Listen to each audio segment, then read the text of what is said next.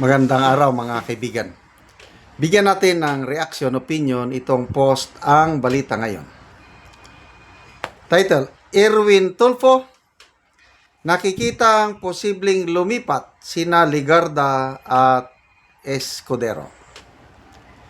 Nagbigay ng bagong usap-usapan si Senator Erwin Tulfo matapos niyang ihayag na may posibilidad umanong lumipat sa minority bloc ang ilan sa mga kasapi ng majority group ni Senate President Alan Peter Cayetano.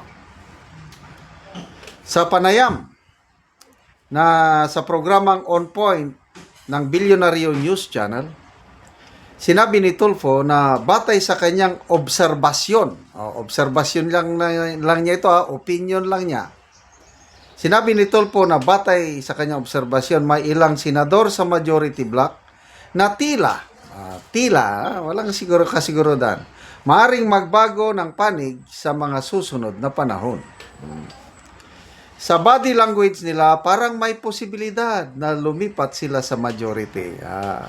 Gano'n lang. No problem.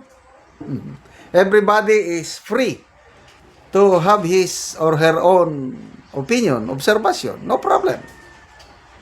Partikular na binanggit ni Tulfo sina Senadora Loren Legarda at Senator Francis Escudero bilang ilan sa mga nakikita niyang maaring lumipat sa minorya.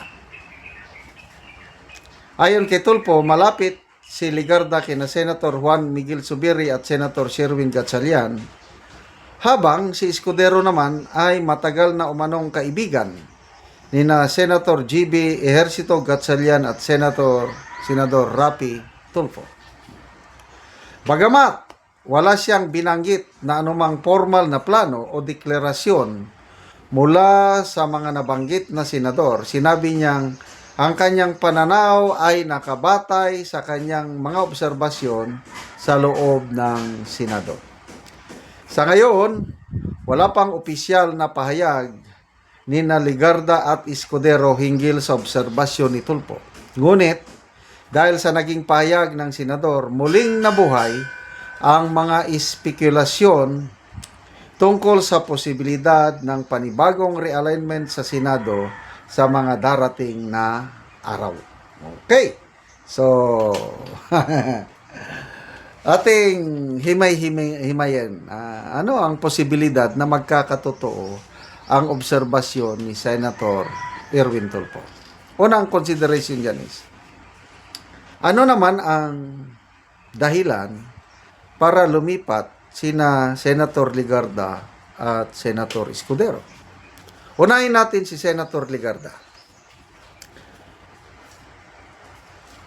Ano ang dahilan bakit siya lumipat from majority ni Soto at pumunta dito sa Brave 13?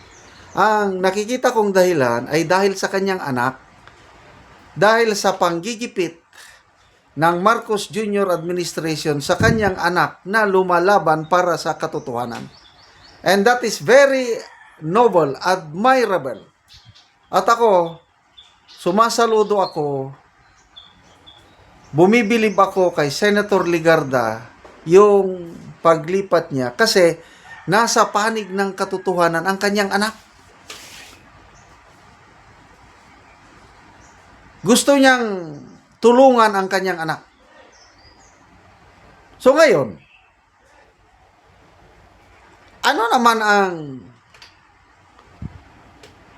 dahilan bakit aalis si Senator Legarda? Paano niya ang pagtulong niya sa kanyang anak? Kung papanig ulit siya, itong grupo ng mga senador na pumapabor sa administrasyon, let's face it, ang minority bloc ni Soto, ang they are pro-administration. At ang majority bloc ni SP Cayetano are pro-Duterte. Yan lang ang political division natin ngayon. Either maka-Duterte ka o maka-administrasyon. So itong Senado, hati. Si Congressman Leandro Libiste is pro-Duterte. Matagal na yan. Very proud siya. Sinasabi niya na DDS siya. Si Senator Legarda, ganun din. Ano siya sa mga Duterte? Dikit siya sa mga Duterte. At yung laban na sinimula ng kanyang anak is napakagandang ipagpatuloy. Marami ang nagsasabi na kung manindigan lang si Senator Legarda ngayon, balang araw, aanihin niya ang kanyang paninindigan. Balang araw, magiging presidente ang kanyang anak na si Congressman Libeste. And I agree. How I wish buhay pa ako by that time. I don't know, ano bang edad ni Senator Congressman Libeste? 27? So, we will wait for another 2 election cycles o 3 election cycles, 18 years. Sana mahintay ko yung panahon na magpresidente itong batang ito, Leandro Legarda Libeste.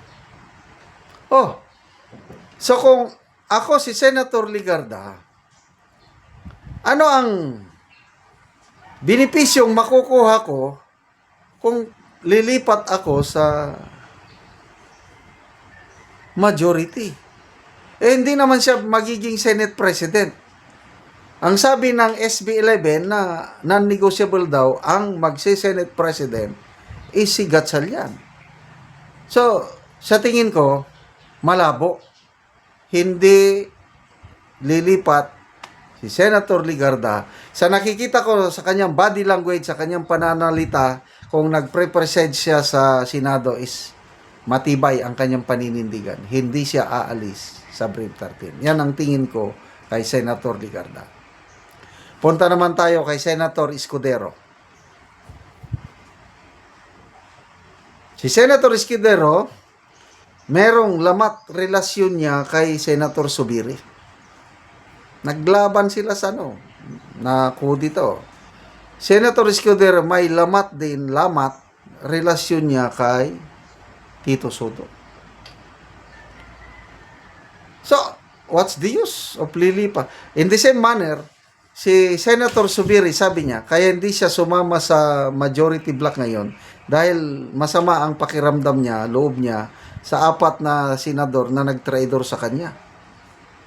Bato, Go, Padilla, and Aimee. Kaya hindi siya pwedeng sumama. In the same manner, ito rin si Escudero dahil may lamat sa relasyon niya kay Zubiri and Tapos hindi rin siya magsi-Senate President.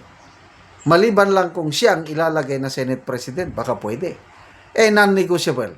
Dapat Gatchalian ang mag-SP. Di wala. So, sorry, I do not agree. Ito ang obserbasyon ni Senator Erwin Tulfo. Up to now, sulit pa rin ang Brave 13 Senators. Salamat mga kaibigan sa inyong pagsubaybay sa channel nito. Nakakatulong kayo ng malaki sa tribong Talandig ng Bukidnon dahil ang sweldo natin sa channel na ito is pantulong po sa tribo. Namimigay tayo ng libreng yero at pako para makapagpatayo naman sila ng mas maayos na tirahan. Kaya panoorin nyo ang video na ito. Sa balay sa Tabangan og yero. So muna ni kadtong gitabang nga yero tungod kay kagahapon ulan man, so wala ko kaanhi. So ila na gyud gi atop, nagdali-dali sila atop kay ulan man. At least nga dili daw sila maulanan. So muna ni kadtong gitabang nga yero nga nakaatop na gyud sila. So napulihan na gyud tong ilang atop nga ilang gitangtang nga mga buslot na. So nindot na sad kay nakaatop na sila sa gitabang. Salamat sa Ginoo nga gihatagan mi og sin nga nakaatop na gid mi, nakasilong na mi kay ang among balay wala na naman. Salamat mi sa naghatag sa sin. Kay salamat. Kagahapon tungod kay gaulan naman, so nagdali-dali na mas pag-atop. Kay gabasa man mi. Oo, so excited kayo mga natagaan og yero. Excited mi kayo kay dili na mi karon mabasa og bisag dagan kay ulan. So, nagpasalamat mi sa Ginoo kay natagaan mi sin, nakaatop na mi, dili na mi mabasa. Ni nga tabang nga sa matagan mi mautruan. Salamat kaayo. Salamat.